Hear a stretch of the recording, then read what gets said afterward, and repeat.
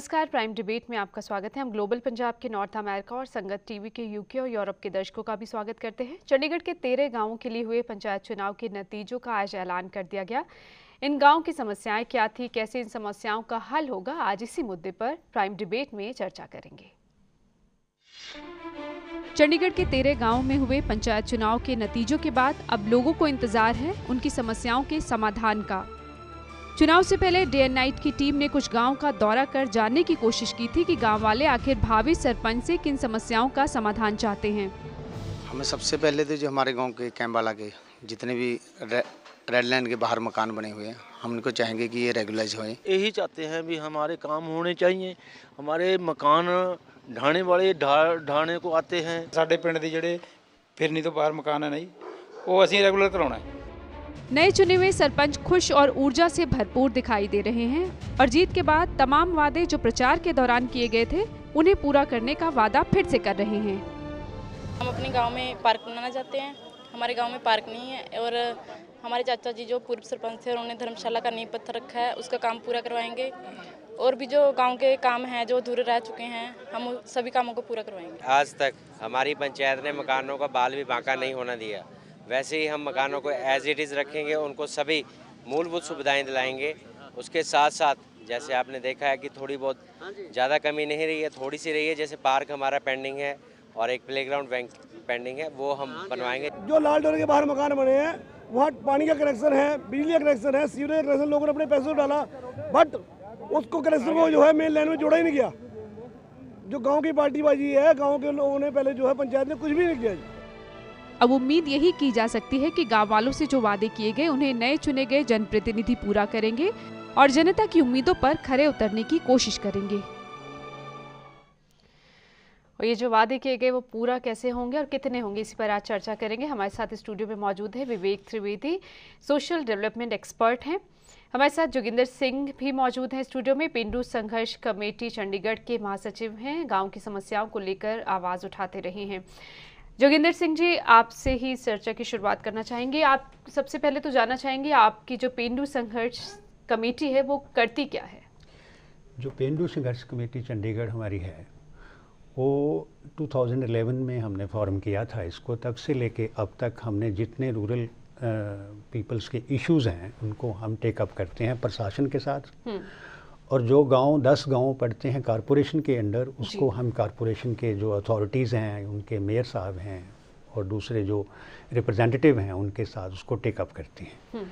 जो issue corporation के under गांव हैं 5, उन गांव के इश्यूज़, वो उन गाँव की प्रॉब्लम लाल डोरे के बाहर जो इन्होंने कहा अभी। हाँ, ये लाल डोरे की जो समस्या है वो भी समझना चाहेंगे क्योंकि बहुत लोगों ने ये समस्या उठाई है। ठीक है, सड़कें, बिजली, पानी, सीवरेज, स्कूल को अपग्रेड करना या प्राथमिक स्वास्थ्य केंद्रों की समस्या भी उठाई गई है, लेकिन लाल डोरे की बार बार सामने आई, इसको समझना चाहेंगे। हाँ, यस, ये जो लाल डोरे की बात करते हैं, इनफैक्ट ये एक एक्सटेंडेड बाउंड्री जो गाँव की है, चंडीगढ़ के जो गाँव हैं उनकी एक एक्सटेंडेड बाउंड्री है।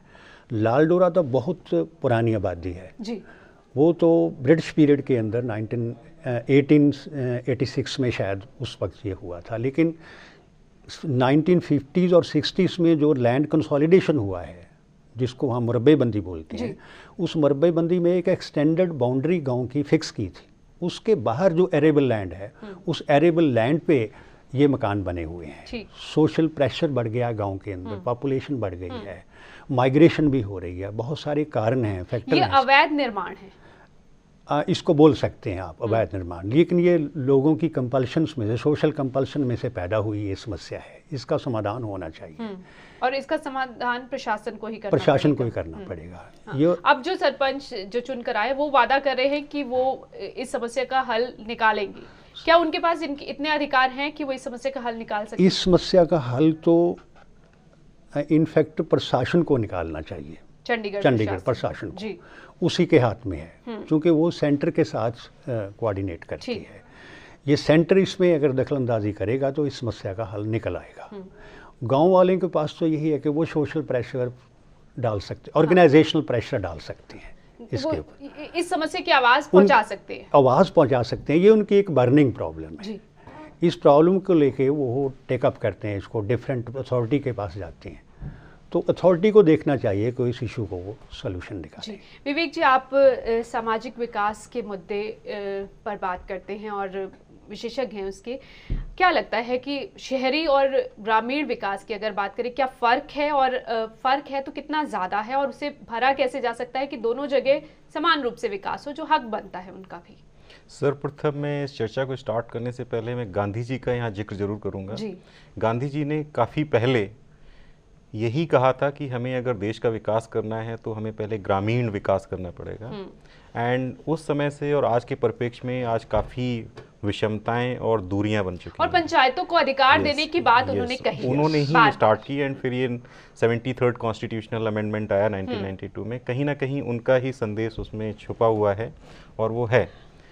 अब बात करते हैं कि ग्रामीण और शहरी क्षेत्र, ये अमूमन ग्रामीण और शहरी क्षेत्र में भिन्नताएं बहुत ज़रूरी हैं और हैं भी, लेकिन आज के परिप्रेक्ष्य में अगर हम देखेंगे, अगर आप ग्रामीण विकास की बात करते हैं तो शहरी विकास को भी ध्यान में रखना पड़ेगा, और शहरी विकास को बढ़ाने में और उस पर काम करते समय ग्रामीण विकास को भी देखना पड़ेगा। दोनों में संतुलन चाहिए एंड दोनों में एक संबंध स्थापित करना होगा।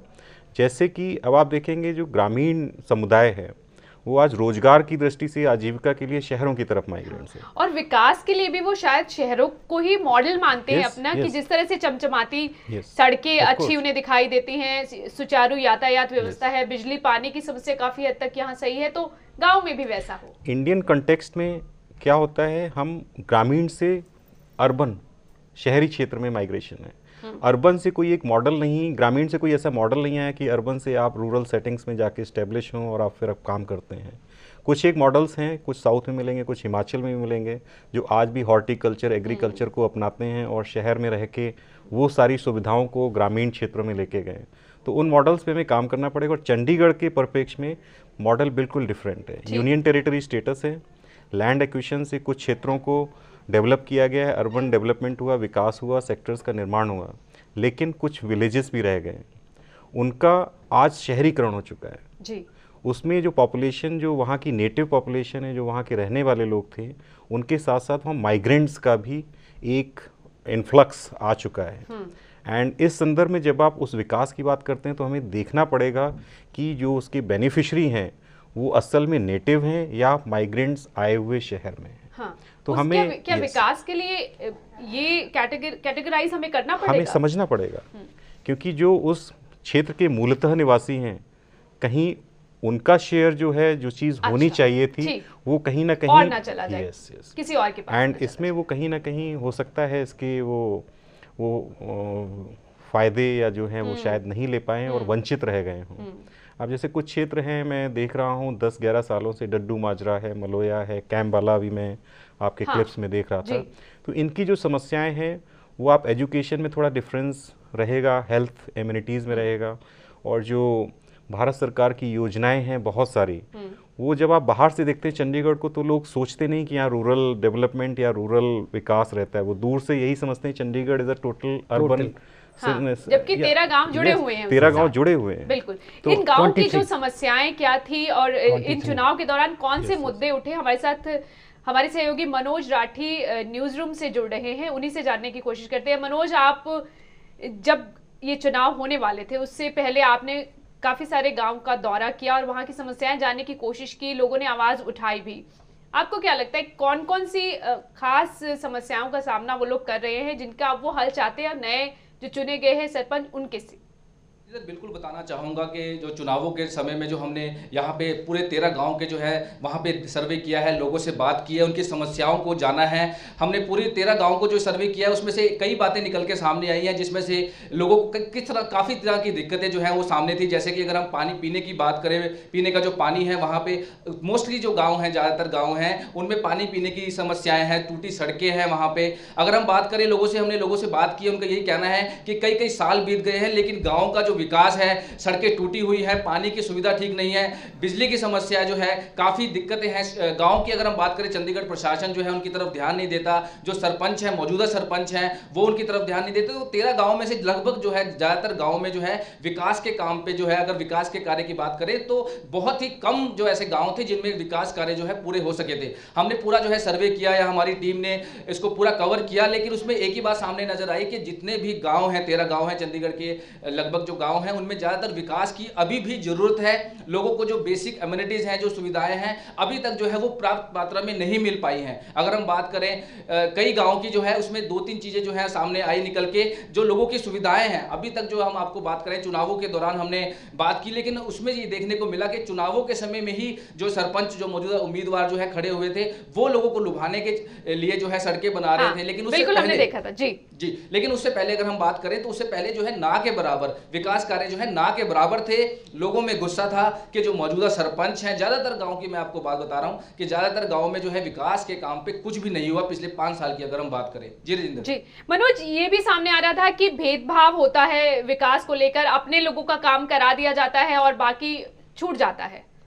आपने बिल्कुल सही कहा। ऐसे भी हम एक गांव हमने जो वहां पे सर्वे किया, उन लोगों से बात की, तो उनका यही कहना था कि भेदभाव भी जो है यहाँ पे देखा गया है। जिन एरिया में जो है दूसरे गुट जो है रहते हैं, दूसरे उम्मीदवार के जो है वो रहते हैं, तो वहाँ पे जो है विकास के कार्य नहीं हो पाए, वो दूसरे जगह काम हो पाए। तो उनका कहना कि कहीं ना कहीं यहाँ पे जो है भेदभाव किया गया है, लेकिन उससे घाटा जो है लोगों को ही हुआ है, सुविधाएं जो है लोगों को नहीं मिल पाई हैं, तो लोगों का रोष जो है वो देखने को मिला था। अगर हम सर्वे की बात करें, हमने वहाँ पे 13 गाँव का सर्वे करके हमने वहाँ पे जो है हमारी टीम ने वहां पे काम किया, लेकिन उसमें यही देखने को चीज मिला है कि भेदभाव भी एक बहुत बड़ी चीज है। भेदभाव की अगर हम बात करें तो कई जगह ऐसी थी कि जहां पे सड़कें बनी थी, लेकिन कई जगह ऐसी थी जहां पे सड़कों के नाम पे कुछ भी नहीं था। जी मनोज, आप हमारे साथ बने रहिए। जोगिंदर सिंह जी, ये जो समस्याएं उठाई जा रही है, एक तो कि क्या इतनी शक्तियां होती हैं सरपंच के पास कि वो पूरी तरह से विकास के जो वादे वो कर रहे हैं वो पूरे कर पाएंगे, और ये जो एक भेदभाव की बात होती है, आपने अपने काम करा दिया। और एक ये भी मनोज कह रहे थे कि उन्होंने जब कवर किया था, सारा ये सर्वे किया था, उस वक्त ये था कि जो उम्मीदवार चुनाव मैदान में उतरे थे वो खुद ही सड़कें बनवाते देखे गए कि शायद हम चुने जाएं, ये लुभाने की कोशिश कर रहे थे। मैं इसको रूल आउट नहीं करता, लेकिन भेदभाव की जो आपने बात की है, इसके 2 लेवल हैं जी।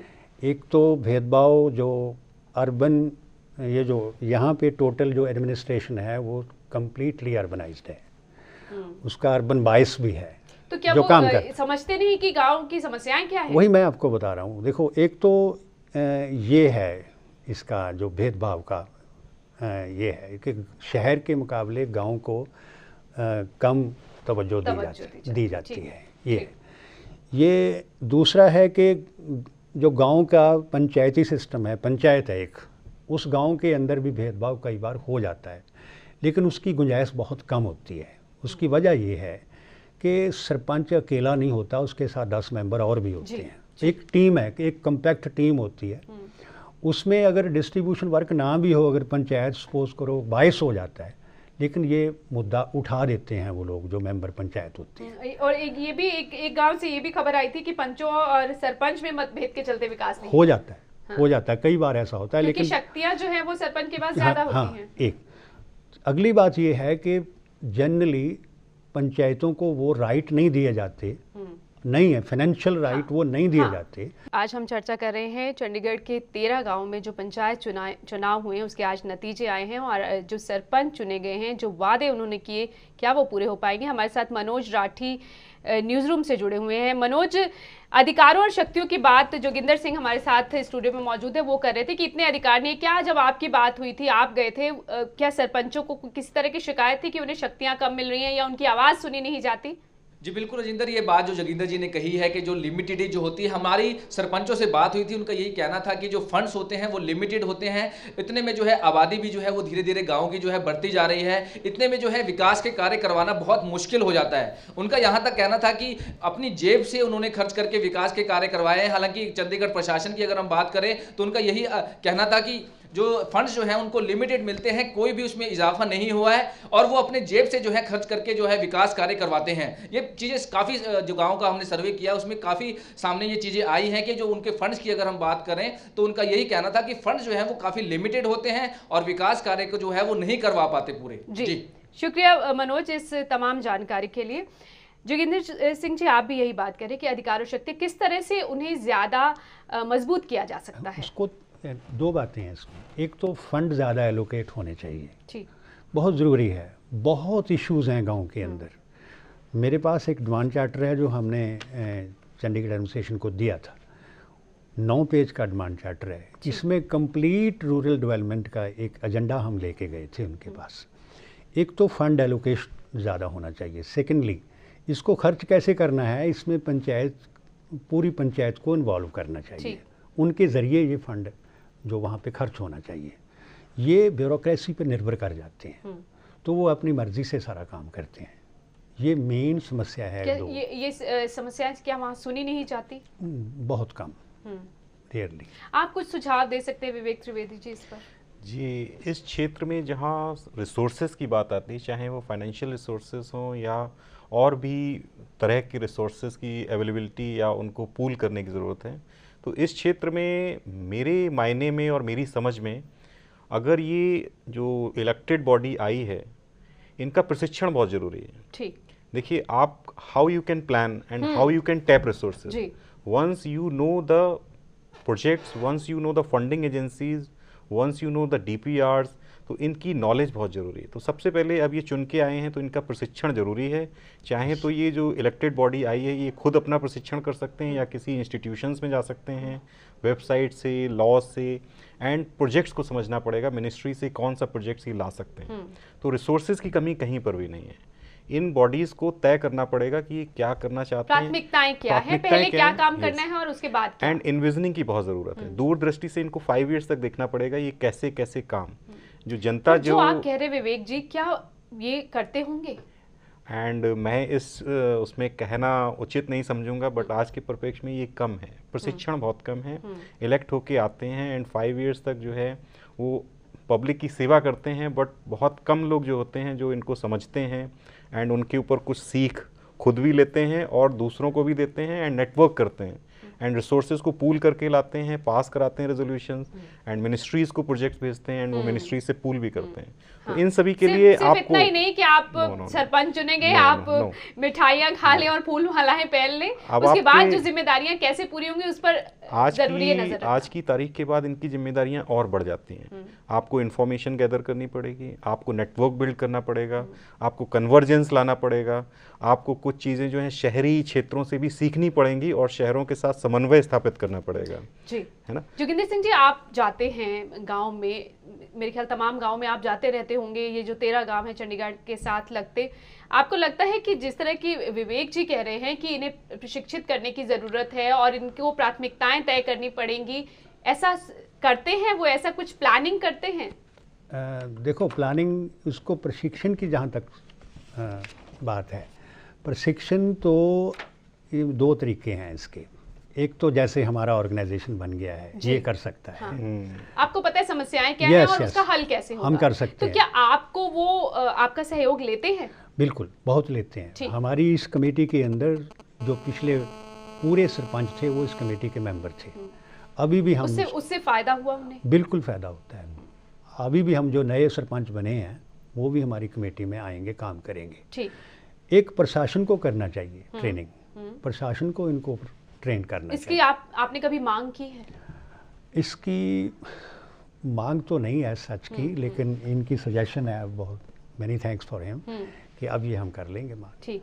और कुछ खास बात जो आप चाहते हैं कि यहाँ होनी चाहिए और हो नहीं रही और जिसके लिए आप अब आगे आवाज़ उठाने वाले हैं? एक तो यही जो प्रॉब्लम है, लाल डोरे की समस्या, एक तो ये है। दूसरा फंड्स की प्रॉब्लम है, फंड्स की प्रॉब्लम है। तीसरा विवेक जी कह रहे रिसोर्सेज हैं, उन्हें इस्तेमाल कैसे किया जाए वही ये जानने की जरूरत है। इनको एलोकेट हो जाए अगर फंड। देखो, जो गांव कॉरपोरेशन के अंडर हैं उनके पास फंड काफ़ी होता है उनको, लेकिन जो पंचायत के अंडर गांव हैं उनके पास कंपैरेटिवली फंड कम है। इसको दूर करना चाहिए और उस फंड को आगे लगाना, वो पंचायत को इन्वॉल्व करना चाहिए उसके अंदर। सो ऐसे डेवलपमेंट हो सकती है। तीसरी, बहुत सारे इश्यूज़ हैं हमने जो लिख के दिए उनमें, फॉर इंस्टेंस गांव के अंदर, पूरे गांव के अंदर अभी तक जो ये कम्युनिटी सेंटर हैं ये नहीं डेवलप हुए। चंडीगढ़ के गांव के अंदर, ये इनफैक्ट ये पंजाबी गांव हैं, इनके अंदर पूरा पंजाबी कल्चर है, हर गांव के अंदर टूर्नामेंट होता है। हमने एक डिमांड रखी थी इसमें कि सारे गांव के अंदर एक स्टेडियम होना चाहिए। गांव के अंदर बहुत सारियां पॉसिबिलिटी होती हैं, बहुत सारियां, कि वो अच्छे प्लेयर दे सकते हैं, अच्छे स्पोर्ट्स पर्सन दे सकते हैं, तो उनकी डिमांड भी है। ये हर गांव कबड्डी का टूर्नामेंट हर साल करवाता है, लेकिन स्टेडियम नहीं। तो अब आप इस मांग को आगे लेकर जाएंगे? बिल्कुल, ये हमने रखा है इसमें। उम्मीद करते हैं कि जो चुने गए सरपंच है वो आपके सहयोग से गांव की समस्याओं के समाधान की कोशिश करेंगे। संपर्क सेंटर शुक्रिया आपका सभी का इस चर्चा में शामिल होने के लिए। तो उम्मीद करते हैं कि गाँव वालों से जो वादे किए गए हैं वो नए सरपंच जो चुने गए हैं वो पूरे करेंगे, और जो सहयोग उन्हें जहाँ कहीं से भी मिल रहा है उसे भी वो लेंगे। नमस्कार। खबरों की दुनिया में आइए, हमारे साथ कहीं भी और कभी भी जुड़िए।